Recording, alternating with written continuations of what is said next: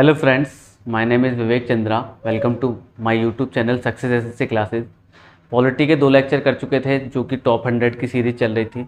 तीसरा वाला लेक्चर आज स्टार्ट होगा। क्वेश्चन स्टार्ट करते हैं। क्वेश्चन मैं फ़ोन में पढ़ूंगा, आपको बोर्ड पे देखने को मिलेंगे। कुछ उसके साथ एडिशनल इन्फॉर्मेशन होगी, वो आपको देखनी है और नोट डाउन करनी है। कॉपी किताब लेके बैठना है। चलो स्टार्ट करते हैं। पहला क्वेश्चन दे रखा है इसमें, संघ सूची में कितने मदें हैं। मदों का मतलब होता है विषय, कितने विषय से रिलेट करता है संघीय सूची। तो सबसे पहली बात, जब कभी भी संविधान वगैरह बना था तो पहले तो 2 प्रकार की सूची बनी थी। 2 प्रकार की सूची का मतलब था कि कुछ विषय केंद्र सरकार को दिए जाएंगे, कुछ विषय राज्य सरकार को दिए जाएंगे। फिर उसके बाद कुछ विषय ऐसे निकले जो ना तो केंद्र सरकार के पास थे ना ही राज्य सरकार के पास थे, तो फिर उसको एक समवर्ती सूची अलग से बनाई गई, उसमें डाला गया था। तो क्वेश्चन हमारा ये कह रहा है संघीय सूची में कितने मद हैं। तो इसका जो आंसर है वो है ऑप्शन नंबर 3, ऑप्शन सी, मतलब 97 विषय। अब 3 सूची मैंने बताई कौन कौन सी। पहली संघ सूची, दूसरी राज्य सूची और तीसरी समवर्ती सूची। विषय से मतलब होता है कि किस किस पे कोई भी चीज़ कानून बना सकती है, किस किस के अंडर आएंगे वो काम। तो संघ सूची में 97 विषय हैं, 97 मदें हैं। राज्य सूची में 66 हैं। इन दोनों के अलावा भी कुछ ऐसी विषय थे जो दोनों के पास नहीं थे, तो उनको एक कॉमन एक सूची बनाई गई, समवर्ती सूची। उसमें राज्य का भी हक होगा, संघ का भी हक होगा, लेकिन जो लास्ट डिसीजन मान्य होगा वो संघ का होगा, मतलब केंद्र सरकार का होगा। इसके अंदर 49 विषय आते हैं। ठीक है, तो यही क्वेश्चन था जो कि ऑप्शन नंबर 3 है।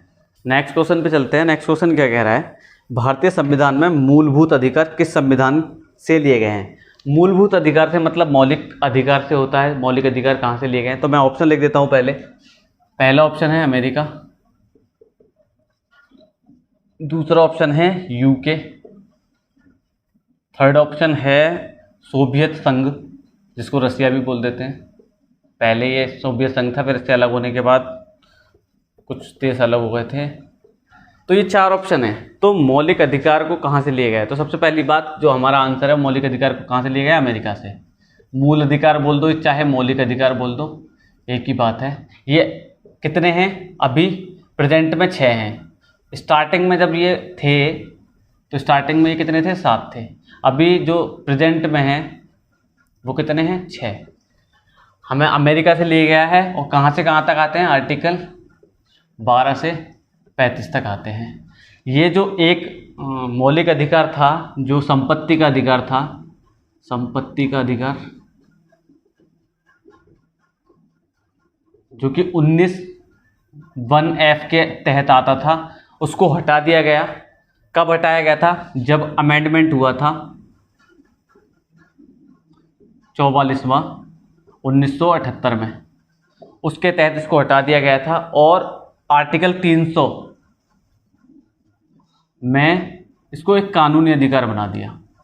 मौलिक अधिकार की श्रेणी से हटा के इसको कानूनी अधिकार बना दिया गया। अभी इसके बारे में बात करूंगा मैं कि ये जो 6 हैं वो कौन कौन से हैं। थोड़ी सी पहले इसके बारे में बात कर लेते हैं कि कौन सी चीज़ से क्या क्या चीज़ लिया गया है। यूके से क्या क्या लिया गया है। यूके से 2-4 चीज़ें ली गई हैं। सबसे पहली बात तो संसदात्मक जो प्रणाली ली गई है वो यहाँ से ही ली गई है। द्विसदनवाद यहाँ से लिया गया है। विधि का शासन और एकल नागरिकता, ये सारी की सारी चीज यूके से ली गई है। सोवियत संघ से क्या लिया गया है, सोवियत संघ से लिया गया है मूल कर्तव्य। मूल कर्तव्य जो कि भाग 4A में आते हैं। और कहाँ, मतलब कितने हैं ये स्टार्टिंग में 10 थे और प्रेजेंट में कितने हैं, 11 हैं। हुआ क्या था, जब एक संशोधन हुआ था, 42वां संशोधन, तब एक समिति बनी थी, सरदार स्वर्ण सिंह समिति, जो मैं पहले भी डिस्कस कर चुका हूँ कई बार। आप देखेंगे तो आपको मिल जाएगा, रिपीटेशन ही है। 42वां संशोधन हुआ था 1976 में। तो 10 थे, मतलब मूल कर्तव्यों को ऐड किया गया था, तब 10 थे। लेकिन एक और संशोधन हुआ था 86वां 2002 में, तब 11वां जो मूल कर्तव्य था, जो कि 6 से 14 साल के बच्चों की पढ़ाई से रिलेटेड था, उसको ऐड किया गया था। और नन ऑफ द एबव का तो कोई नहीं। अब मैं थोड़ा सा आपको जानकारी दूंगा इसके बारे में कि मूल अधिकार कितने हैं, 6 कौन कौन से हैं। तो मूल अधिकारी को बारे में बात कर रहे थे, 6 कौन कौन से होते हैं, वो ये होते हैं। मैं आर्टिकल लिखता जाऊंगा। केवल मूल अधिकार की बात करें तो वो आर्टिकल 14 से 35 तक है। अब मैं इनको अलग अलग बता देता हूँ कि कौन सा आर्टिकल कहाँ से कहाँ तक है। पहला है समानता का अधिकार, जो कि आता है आर्टिकल 14 से 18। फिर आता है स्वतंत्रता का अधिकार, वो आता है आर्टिकल 19 से 22। फिर आता है शोषण के विरुद्ध अधिकार, वो आता है आर्टिकल 23 से 24। फिर है धार्मिक स्वतंत्रता का अधिकार, जो कि है आर्टिकल 25 से 28। संस्कृति एवं शिक्षा संबंधी अधिकार, आर्टिकल 29 से 30। और ये जो संवैधानिक अधिकार है ये आर्टिकल 32 बोलते हैं। और इसके बाद भी 1-2 आर्टिकल हैं जो कि इनसे रिलेटेड नहीं है, लेकिन ये जो मेन है वो ये है जिनसे क्वेश्चन बनते हैं। आपको मतलब सारे ध्यान रखने हैं, इनके बीच में डिटेल्स भी होती है। डिटेल्स मैंने नहीं करी क्योंकि मैं क्वेश्चन के फॉर्म में करवा रहा हूँ, कभी डिटेल्स में पढ़ाएंगे तो उसके बारे में बताएंगे। नेक्स्ट क्वेश्चन पे चलते हैं। क्वेश्चन नंबर 3 कह रहा है, एक रिट किसके द्वारा जारी की जाती है। अब रिट से मतलब है कि मतलब 2 तरीके की रिट होती है, एक हाई कोर्ट जारी करता है और एक सुप्रीम कोर्ट। तो सुप्रीम कोर्ट को मैं ऐसे लिख देता हूँ, हाई कोर्ट को ऐसे लिख देता हूँ। तो 5 प्रकार की रिट होती हैं। 5 प्रकार की रिट के बारे में मैं बताऊंगा अभी आपको, लेकिन उससे पहले देख लो कि सुप्रीम कोर्ट कौन से आर्टिकल के तहत उस रिट को निकालता है और हाई कोर्ट कौन से आर्टिकल के तहत उस रिट को निकालता है। तो जो सुप्रीम कोर्ट निकालता है वो आर्टिकल 32 के तहत निकालता है, जो कि मौलिक अधिकार के अंदर भी आता है। और हाई कोर्ट आर्टिकल 226 के तहत निकालता है। तो अब मैं बात करता हूँ वो 5 प्रकार की रिट कौन कौन सी हैं और किस तरीके से होती हैं, उनके बारे में बात करेंगे। तो जो 5 प्रकार की रिट हैं जो हाई कोर्ट और सुप्रीम कोर्ट निकालता है, उसके अलावा कोई भी न्यायालय इसको नहीं निकाल सकता। वो कुछ इस तरीके से, सबसे पहले है हेबियस कॉर्पस। हेबियस कॉर्पस का मतलब होता है बंदी प्रत्यक्षीकरण। इसका मतलब होता है कि अगर किसी को भी बंद किया गया है या फिर कानून में लिया गया, मतलब किसी को पकड़ा गया है, तो 24 घंटे के अंदर, 24 घंटे में मजिस्ट्रेट के सामने पेश करना पड़ेगा उसको, मतलब जिसको भी बंद किया गया है 24 घंटे के अंदर मजिस्ट्रेट के सामने उसकी पेशी जरूरी है। दूसरा है मैंडेमस परमादेश। परमादेश का मतलब होता है कि जैसे कोई भी न्यायालय किसी से ये पूछता है या आदेश देता है उसको कि तुम जो कार्य तुम्हें दिया गया है उसका ढंग से पालन कर रहे हो या नहीं कर रहे हो, मतलब कर्तव्य का पालन करना होता है, कर्तव्य का पालन, ये समझ लीजिए। और कौन, हाई कोर्ट या सुप्रीम कोर्ट आदेश देता है, जो भी उस पद पर हो उससे। तीसरा है सर्टियोररी उत्प्रेक्षण। उत्प्रेक्षण का मतलब होता है, जैसे इसको और इसको कॉमन करके पढ़ो तो बहुत आराम से समझ में आएगा। मतलब सुप्रीम कोर्ट, हाई कोर्ट या कोई भी निचली अदालत, इससे निचली अदालत हो कोई भी, अगर उसका डिसीजन दे दिया है इन दोनों अदालत ने, तो डिसीजन के बाद जो केस मंगाए तो उसको बोलते हैं उत्प्रेक्षण।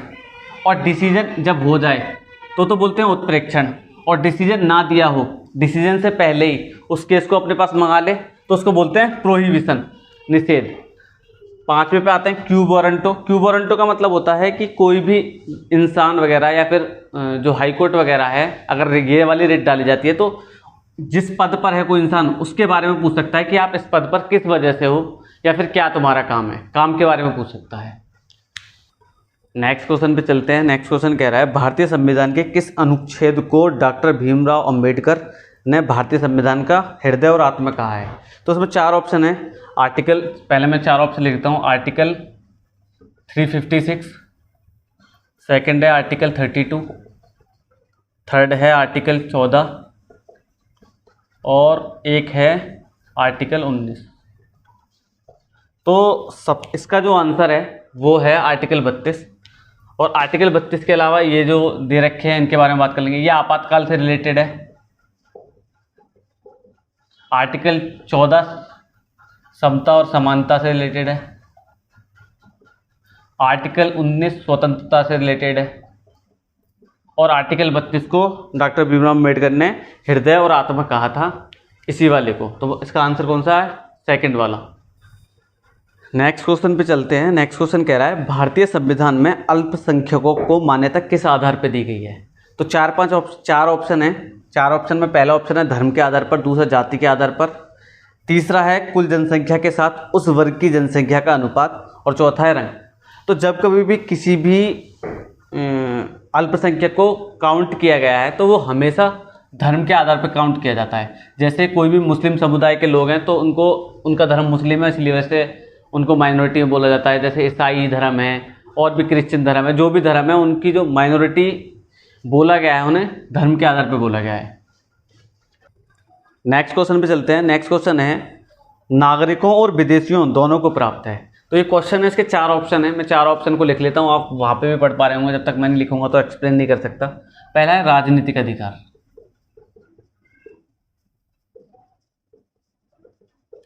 दूसरा है मौलिक अधिकार,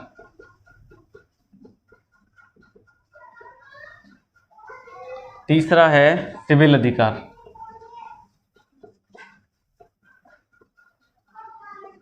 चौथा है विधिक अधिकार। ये 4 अधिकार है और इसमें पूछा गया है कि भारतीय नागरिकों और विदेशियों को कौन सा क्या मिलता है क्या नहीं मिलता। तो सबसे पहले राजनीतिक अधिकार की बात करते हैं।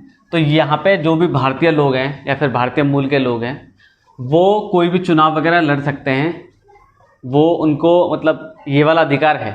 लेकिन अगर कोई विदेशी लड़ना चाहे तो वो यहाँ पे चुनाव नहीं लड़ सकता जब तक कि यहाँ का नागरिक ना हो। तो ये वाला केवल और केवल भारतीय नागरिकों के लिए है। दूसरा है मौलिक अधिकार। ये मौलिक अधिकार भी भारतीय नागरिकों को ही दिए गए हैं। ऐसा नहीं है कि बाहर से कोई आए और उनको वही अधिकार मिल जाए जो कि भारतीय नागरिकों को मिले हुए हैं। तो ये भी भारतीय नागरिकों को मिला हुआ है। इसी तरीके से जो सिविल अधिकार है वो भी भारतीय नागरिकों का है।